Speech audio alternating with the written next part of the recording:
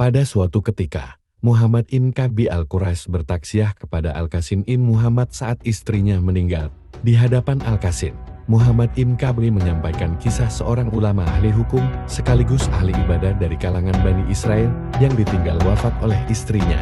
Sehingga, karena kesedihannya, ia sampai mengurung diri dan tidak mau bergaul dengan masyarakat, bahkan tidak mau dijenguk siapapun.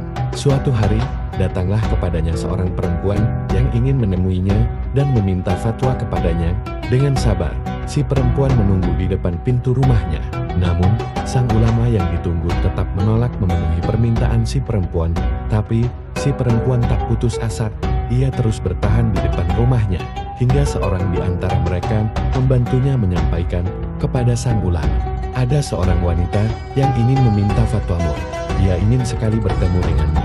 Walau orang-orang sudah pergi, ia tetap tidak jauh dari pintu rumahmu. Akhirnya sang ulama berkenan menerima tamu si perempuan dan berkata, "Jika begitu, izinkahlah ia masuk."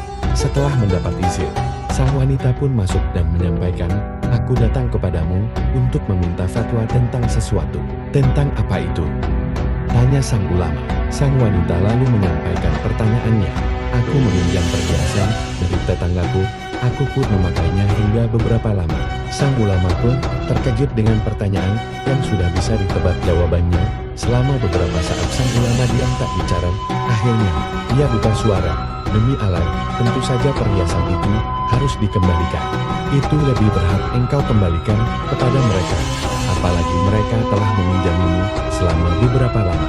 Mendapat jawaban itu, si perempuan berkomentar, "Semoga Allah merahmatimu. Lantas mengapa engkau bersedih atas apa yang telah Allah pinjamkan kepadamu? Dulu dia pinjamkan seorang istri kepadamu, lalu sekarang dia mengambilnya lagi, padahal dia lebih berhak atasnya." Sang ulama pun sadar atas apa yang disampaikan perempuan yang ada di hadapannya. Di saat yang sama, Allah pun memberikan manfaat atas apa yang diucapkan si perempuan. Sesungguhnya, apa yang dicontohkan oleh perempuan itu hanyalah perumpamaan terhadap keadaan sang ulama yang ditinggal oleh istrinya. Bagi seorang suami, istri ibarat harta pinjaman dan titipan yang harus dikembalikan. Begitu pula dengan semua harta dan kekayaan dunia lainnya. Semuanya akan ditarik dan dikembalikan kepada Allah. Setelah perempuan itu mengumpamakan keadaan sang ulama, barulah ulama itu mau mengambil pelajaran dan manfaat dari nasihatnya.